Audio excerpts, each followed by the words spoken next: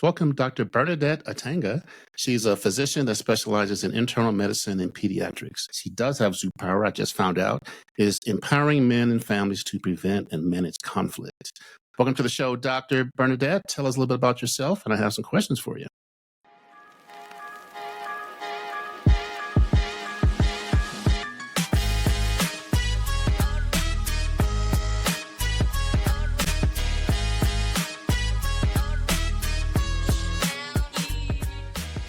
Welcome to the Don't Pick the Scab podcast, with the premise of connecting men over 40 with the tools and community to thrive in their divorce recovery, either before, during, or after a divorce.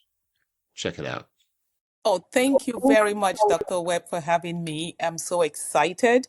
And I thank you for the wonderful work that you're doing with men that are going through this life-changing process of divorce, which is not easy. And I say that is really a great mission and a great service you're doing. And for all your listeners, because a lot of times when people are going through that, they think, oh, it's just me. All I can say is you're not alone. And I can say that because I have worked with a lot of men. As a physician, most of my practice has been 90% men. And so that gives me an experience behind closed doors, what men bring. They don't just come with their blood pressure, they come with their divorce, their everything emotional. And I think I have the other thing that I find is that I like the mental health aspect of my primary care because a lot of our physical ailments are also tied to our spirit and our mental health and the things that we go through. Why focus on men? Not just because I have experience working with them, both here in the US and internationally. I think it's a population that is vulnerable that we have neglected. And I'm talking about all ethnic groups internationally and globally. I think if we think about how men are raised, they are raised with emotional suppression. You can't cry. That makes you look weak. You cannot, if you hurt, you have to tough it up. If you try to cry as a kid, they say, oh, you're not a girl. So society makes men or confuse men on how they should express their emotions. And when they're going through crisis, that makes it even more difficult because you're feeling one thing, but you've been taught it's wrong to even process it, let alone express it. And if you do that for a lifetime, and we say we come with history, now we're going to focus on divorce because that's what this show is about.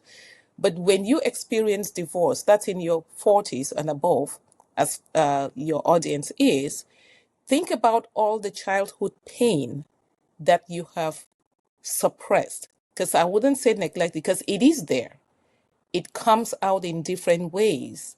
And when you go to the bottom of it, you may even realize how you got to your divorce might be a result of all those negative emotions that were suppressed.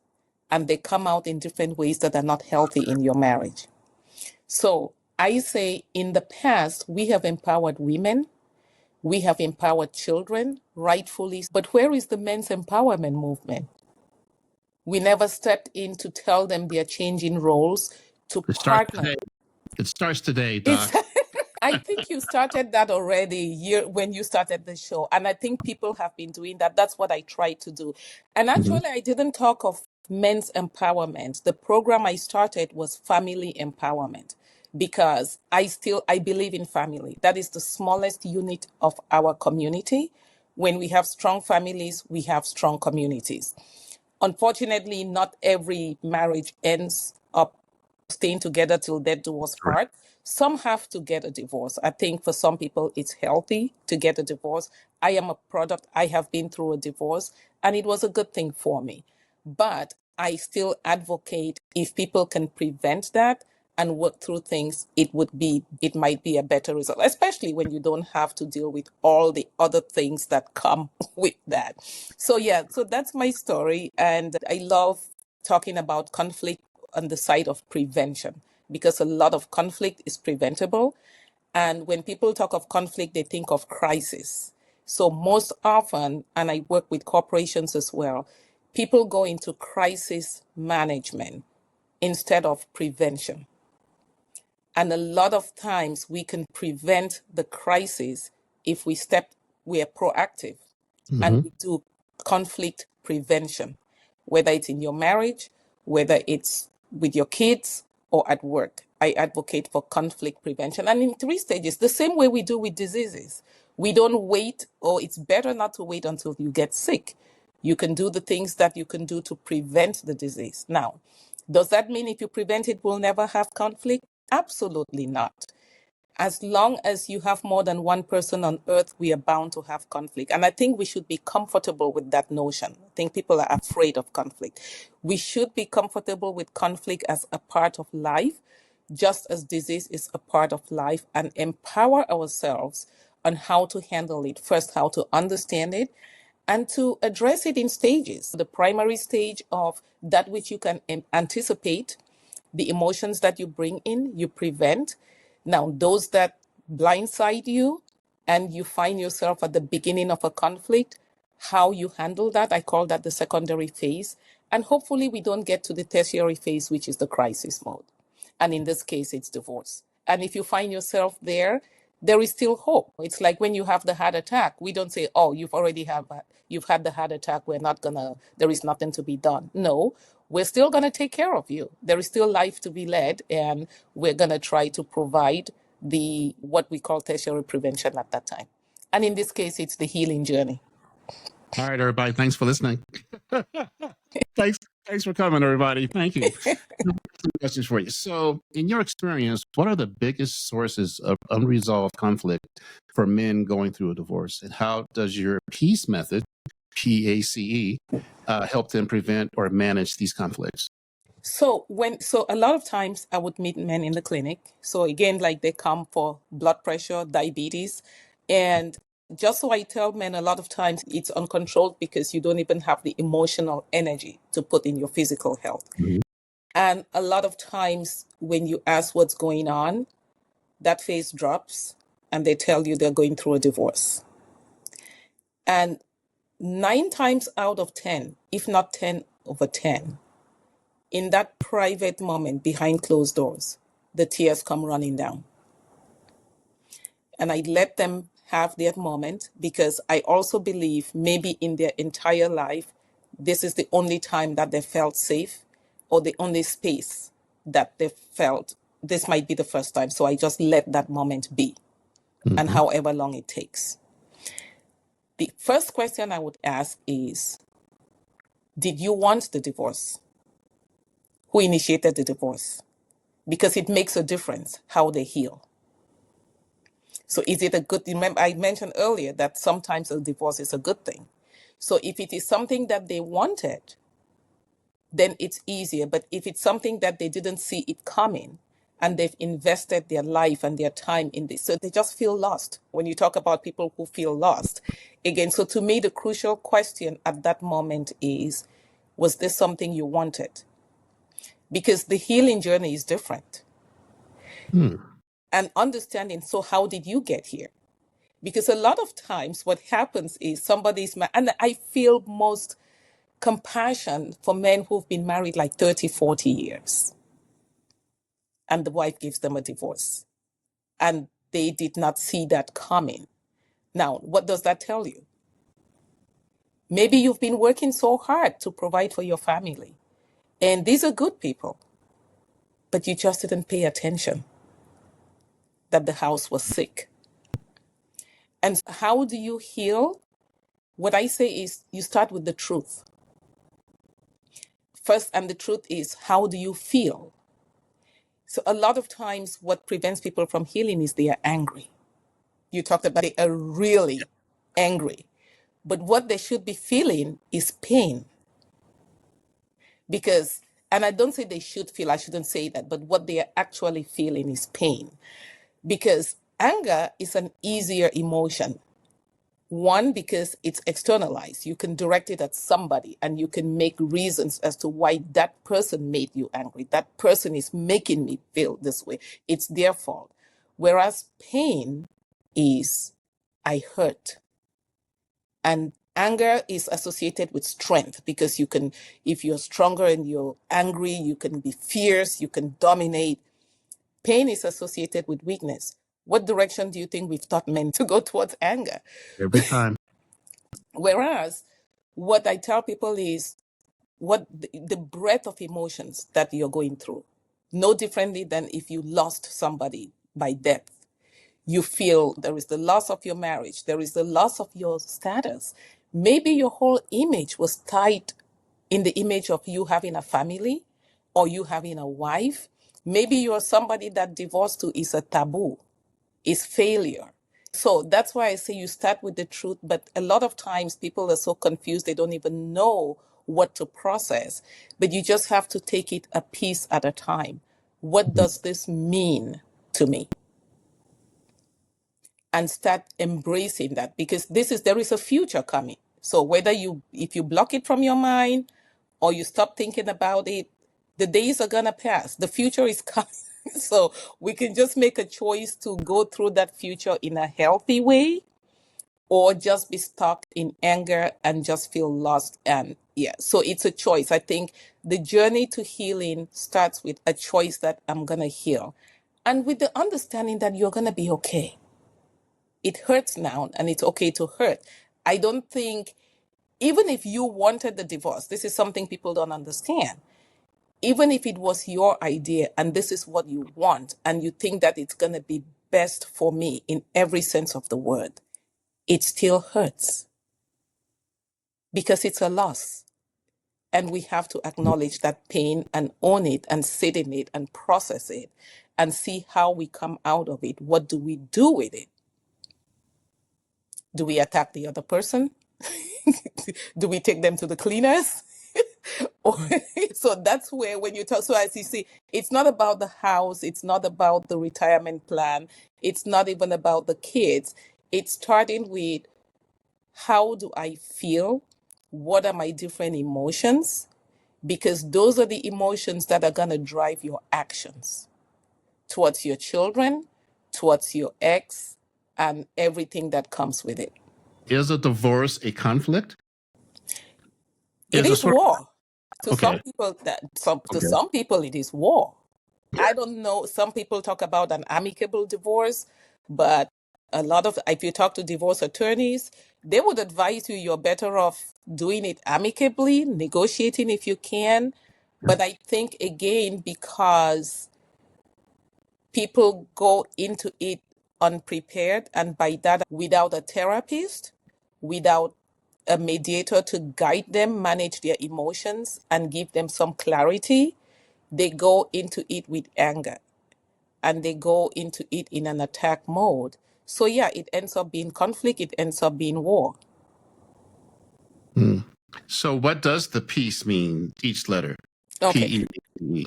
Yeah, so that is an acronym. Now, first of all, we use that the peace is, P is for patience, E is for empathy, A is for awareness, C for communication, and E for emotional intelligence.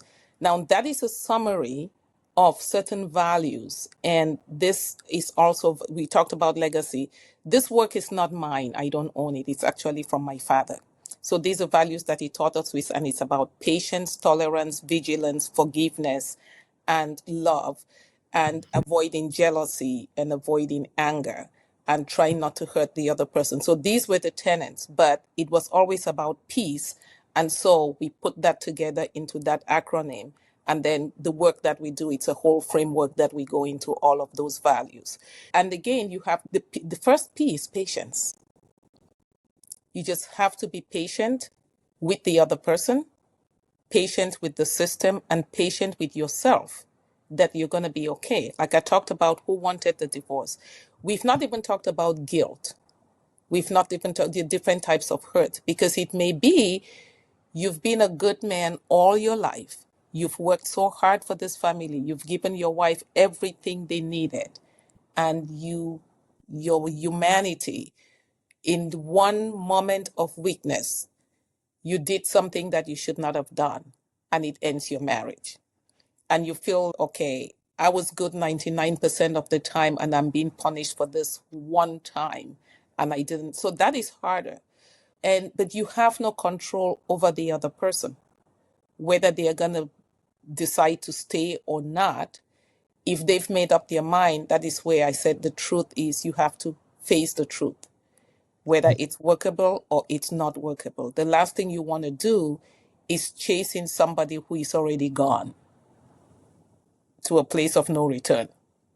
It only adds to your hurt. And I think that is where a therapist comes in, because people think I can do this by myself. Yes, you can, but that just adds to your hurt. Wow. So many men struggle with the co-parenting conflicts. That's a big word, man. Co-parenting. And one of the things I tell people that my men struggle with not being able to control what happens at the ex's house. They can't let it go. That power struggle. And it took me a while to figure that out too. But one of my guests told me that you have to love your kids more than you hate your ex. And then go from there. What do you think about that? I couldn't say it any better. I could not say that any better. And the other thing when it comes to children, what I would tell people, men or women going through divorce, is when it comes to your children, remember, you've cut ties with your ex, but your relationship with your children is for life. And I think as a physician, when I did medicine, the worst thing to see, I wouldn't say the worst, but I think it's sad to see somebody in their old age. They are very sick. They are dying. They have children, adult children, who do not want to have anything to do with them because of how people conducted themselves through their childhood and their divorce. I think if there is anything I can say to people going through divorce is think of your old age. All your friends are gone. You're retired. You are sick. Your good looks are gone. Your bodily functions are betraying you. The relationship you are creating with this child, they may be under 10, they may be adolescents. Think of whether you want that child by your side and build the relationship from there. Because it can bite you in the butt later. Because I have heard and I've had people confess that they messed up. Because as you say, at that time, you were angrier at your ex that you forgot about the kid. And so this is the one thing I would say that has changed positively is that men are getting more parenting time. They're fighting for more parenting time. I believe that children need both parents, except in cases that, we have to protect the child. So that is a plus. I think that is a plus for men. I also think that, unfortunately, women have also used greed to take men to the cleaners and used children and parenting time for that. And so men are fighting back with more parenting time. So you have it goes both ways. Either people want the child because they want to avoid pain so much. Whatever the reason, I tell people, it's not about the money. Think about your future relationship with that child. And the other thing is, when we fight, we are performers. Like in life is somebody said life is a stage. There is in the Italian song, life is a big stage. So even when we are going through divorce, we are on that stage and we are playing to the audience. Make sure you're playing to the audience of your children, not the judge, not the friends. Make sure you're playing to the audience of your children, because whether you like it or not, whatever you're doing on that stage, they are watching. And they know who you're playing to. They know whether you care about them or not. Wow. So many men feel a loss of identity after a divorce. How can they rebuild themselves as leaders in their families and communities during this transition? One day at a time, because you have to redefine yourself. We all go through, when we go through changes, we have to redefine ourselves. So if you think about when you were in school, you're a student. The day you graduate as a doctor, what do you feel? Insecurity. You've worked so hard, prepared to get to this stage, and you go from one day to being David Webb to being Dr. Webb. And you feel like, what is this? And Okay. And the same thing when you retire. You go from having a lifetime of your identity being this job, getting and going there. And by the way, a lot of men or a lot of couples get divorced after retirement Yep. because for years they've been living Different separate favorite. lives. And now they retire and they find themselves together. It's, I don't know you. I don't think I want to be with you. So yes. So so that is why now remember when I said the journey starts before the papers are served? That's when you have to start Yep. thinking. That's where the truth comes in. You have to start planning because the sooner you accept the truth, where you know this is over, and then you start planning. What does this mean to me? That's where those feelings come. Maybe you're a man who what made you feel good was when you step out in society with your wife and everybody talks about how gorgeous she is. And, maybe your degree as a doctor didn't matter as much as the trophy you had under your arm. And so now you've lost the trophy. Or it's a church that does not accept divorce. Maybe all these years your pastor has been preaching that divorce is evil, and now you're having it. How are you going to go back to that same church? So, again, it's about spirituality. And this is where I tell people we all need religion, spirituality, all of that, but we should be Mhm. very careful our relationship with God versus our relationship with the pastor or the priest. Because I think a lot of times people think that it's the priest or pastor that leads them to heaven. Not really. You don't, again, we're coming back to that identity. What is your true identity? What is your true spirituality? And yes, it's not the best thing you wanted. An intact family is good. But like I tell people, it's not every intact family that's good. A lot of children have been hurt in their seemingly intact family. So you have to do that which is good for yourself and your children and maybe for your spouse. So we have to acknowledge the hurt and create that identity. It may be a scandalous situation, right? Mm. All of that's where truth, you just have to put all the truth on it and realize you are not alone. You're going to get through it.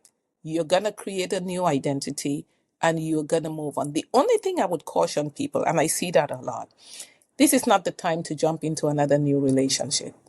I beg, if I have to beg your listeners for one thing, please be patient. Give yourself a Listen break. to her, folks. Listen to her, please. Give yourself a break. Even if that man or that woman is telling you you're the best thing on earth and everything, just take time for yourself. This is who, as you say, how do No, you reinvent yourself? You have to know who you are. You have to know what you are going through.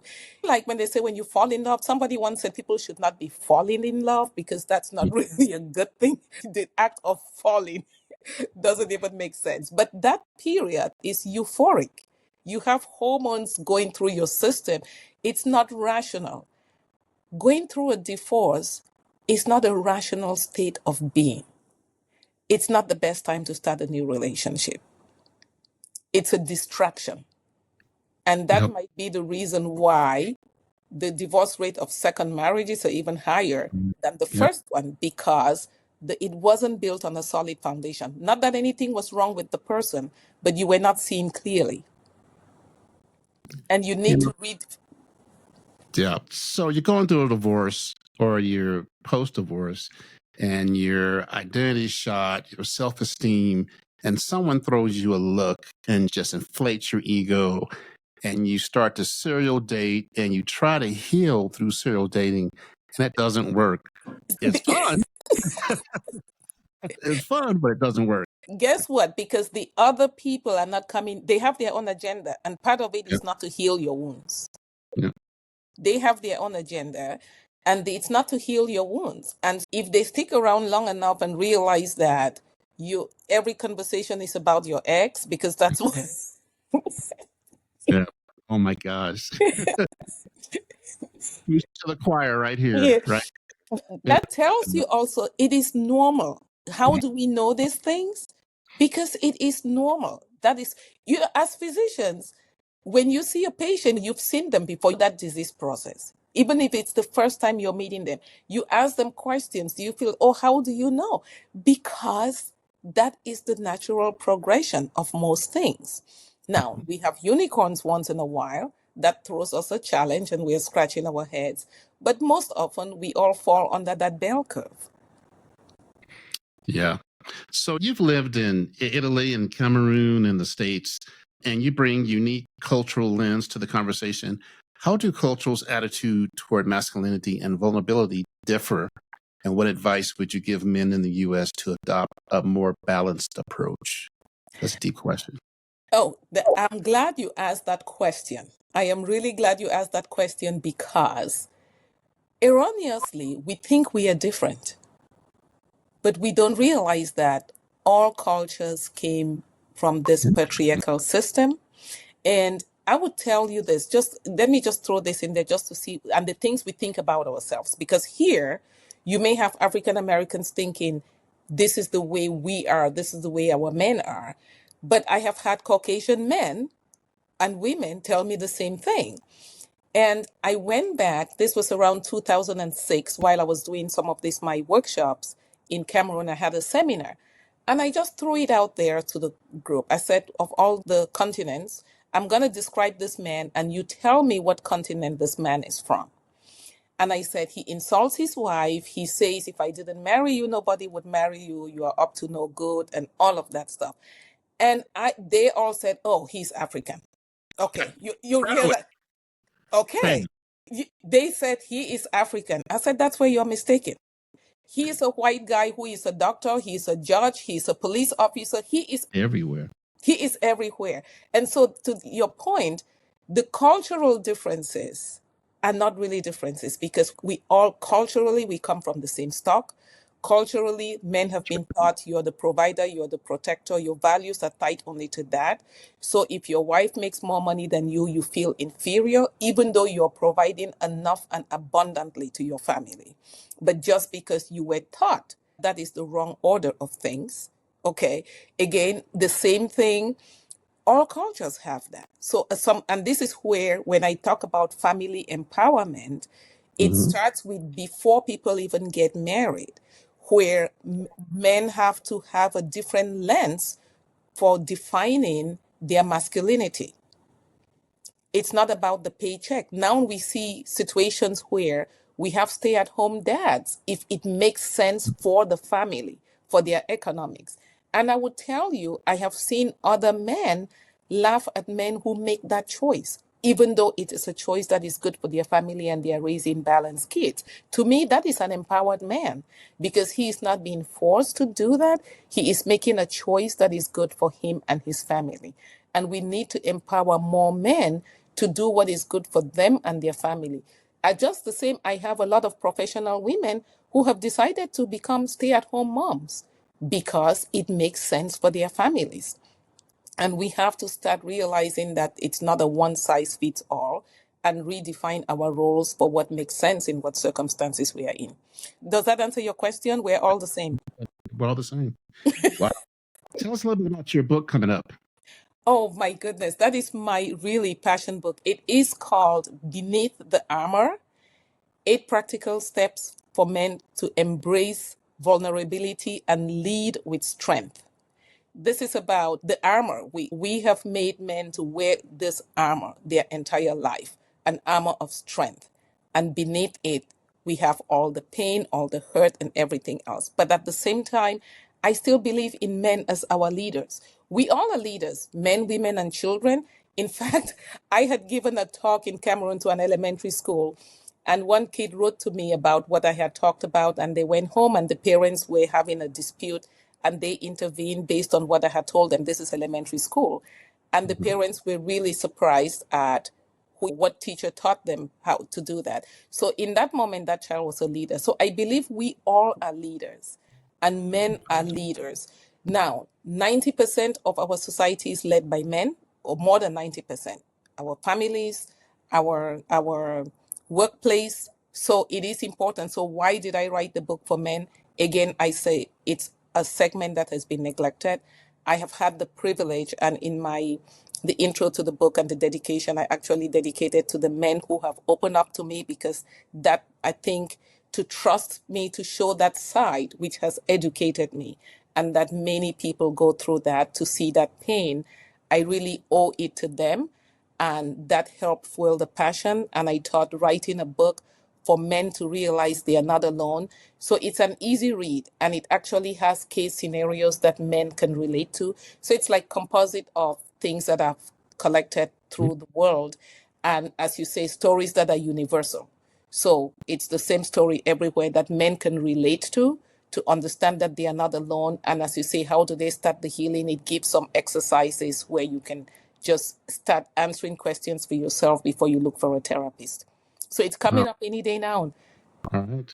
So in your book, you talk about authentic strength. Can you explain authentic strength? Yes. So when you remember, we talked about people think to lead, you just have to trample over people and not listen and just exercise your will. But if you realize the people who really have the power are those people who people respect and would spontaneously do as you will, because they understand the values you bring for everybody.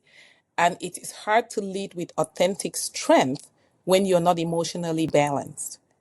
And that's why I say it starts with embracing vulnerability, which is looking at yourself and the places that hurt, to heal them, become stronger, and have that patience and love and compassion.